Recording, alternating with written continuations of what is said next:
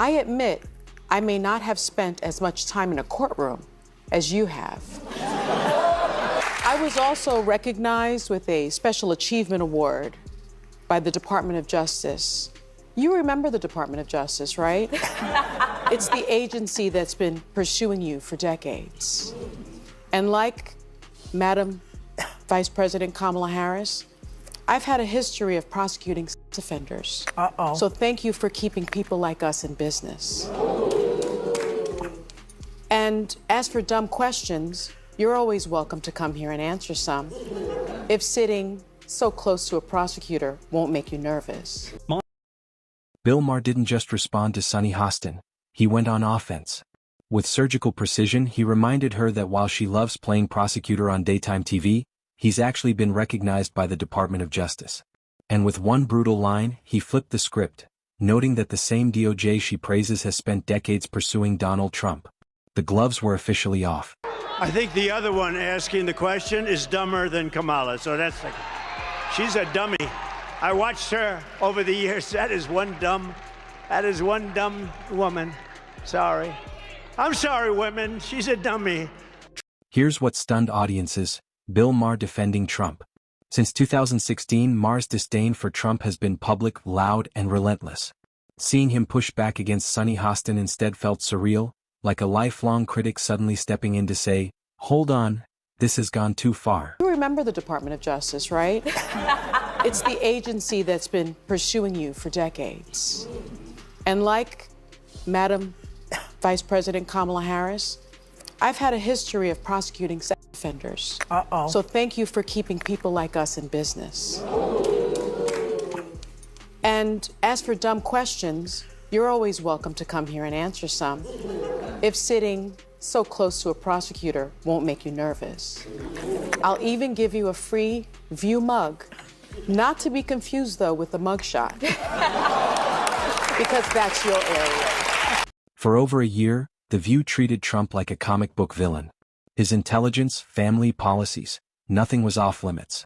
The audience ate it up, episode after episode, until Trump finally snapped and fired back at a Pennsylvania rally, calling Sunny Hostin a dummy. Crude. Yes. Unexpected? Not at all. First I asked her why she had sex with Trump, listen to that, and then listen to what she says after that, because it's quite at variance of what she said to me in 2018. Why did you Donald Trump? I have no idea. But you say it's not a Me Too case. It is not a Me Too case. I mean, I wasn't assaulted. I wasn't attacked or worse, or blackmailed. They tried to shove me in the Me Too box to further their own agenda. And first of all, I didn't want any part of that because it's not the truth, and I'm not a victim. That's not what she's saying now. She's talking about he was bigger and blocking the way. It's all the Me Too buzzwords. She said there was a power imbalance of power, for sure.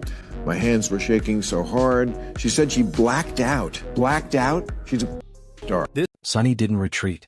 Instead, she doubled down, delivering a calm but cutting monologue. She mocked Trump's legal troubles, referenced the DOJ, bragged about prosecuting offenders, and ended with a sarcastic jab about mug shots.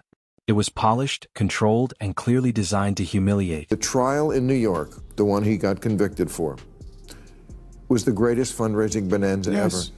He was lagging behind Biden, and now he's pulled quite a bit ahead. That trial was the greatest reason people had to send their checks for $5, $10, $25, whatever dollars to Donald Trump. So I was always with you on the one in New York, the hush money trial. I don't think they should have brought that one. It was just always going to look like a case, and people were always just going to look at it that way. Maher zeroed in on something crucial: Stormy Daniels' shifting story. He pointed out that in earlier interviews, Daniels explicitly rejected the Me Too framing, yet later adopted every Me Too buzzword imaginable. For Maher, this wasn't about Trump's character. It was about credibility. I think the more relevant question actually is, what is wrong with America? What is wrong with our country that the Republican Party would choose as a candidate and support a candidate who is an insurrectionist, who is an election denier, who is someone who is twice impeached, 34-time convicted felon, someone who has been accused of alleged misconduct by 26 women, found liable for sexual abuse. What is wrong with this country that they would choose a message of divisiveness of xenophobia, of racism, of misogyny, over a message of inclusiveness, a message for the people, by the people, of the people. That is what the problem is. Maher went further, calling the New York hush money trial a political disaster. Instead of weakening Trump, it supercharged his fundraising and support. Even Maher admitted the case should never have been brought, because it looked political and voters noticed. He has some real fans. Oh, sure. But there's a lot of people who voted for him, and that's their little secret. We don't like him either. We just vote for him because the stuff that you guys are doing on your fringe is scarier to us than what he's doing, which is saying a lot. And I'm not quite with them, but I get it. According to Maher, Sunny Hostin's constant legal tirades are doing Trump a favor. Her moral outrage doesn't repel voters, it pushes them toward him. In Maher's words, she's become one of Trump's most effective campaign surrogates without realizing it. About 31% of Americans trust our healthcare system. We have a terrible healthcare system. And, you know, doctors suffer because of big corporations as well. Doctors that want to do good, like my husband, you know, operates on someone even though they don't have insurance and then has to sue health insurance companies to get paid for the work that he's been trained his whole life to do. Things took a darker turn when Sunny stopped blaming Trump and started blaming America itself. She questioned what was wrong with the country for supporting him, listing every accusation imaginable. That moment exposed the core problem: contempt for voters who think differently. Manny Hostin, an orthopedic surgeon and husband of The View co-host Sunny Hostin, is accused in December lawsuit fraudulently billing insurance. By the way, this is a Daily Caller story I'm reading. The lawsuit alleges Hostin knowingly provided fraudulent medical and other healthcare services in exchange for kickbacks and or compensation, and names him among nearly 200 defendants in one of New York's largest RICO cases. Wow. Maher delivered the uncomfortable truth. Many people don't even like Trump. They vote for him because what they see on the progressive fringe scares them more. He didn't fully agree with them, but he understood them. And that honesty hit harder than any insult. And I think he's forgetting that people are still at risk who cannot get vaccinated. People who can't get that. Little kids under the age of 5. Yeah. Or people with health conditions. How dare you be so flippant, man? Maher dismantled the culture war priorities. While one side debates pronouns, biological sex in sports, and canceling history, average voters worry about gas prices, crime, and borders. In comparison, Trump's blunt approach feels grounded, even if imperfect. Stop saying that Whoopi Goldberg getting yanked from The View right after she attacked me on The View is karma. There's no such thing as karma, sorry. Sorry, but life is random. The only word to describe it when a big game hunter gets trampled by an elephant and then eaten by lions is hilarious. Then karma entered the chat. Sunny Hostin, who spent months attacking Trump's legal issues, suddenly faced scrutiny over her own household.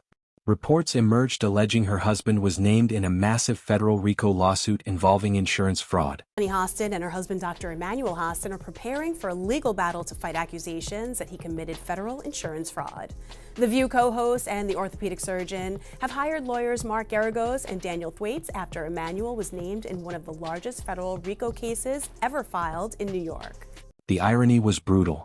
While Sunny preached justice and accountability on TV, her family was now dealing with allegations far more serious than anything she mocked Trump for. Suddenly, courtroom drama wasn't theoretical anymore. It was personal. Who doesn't have moments from your past that make you cringe?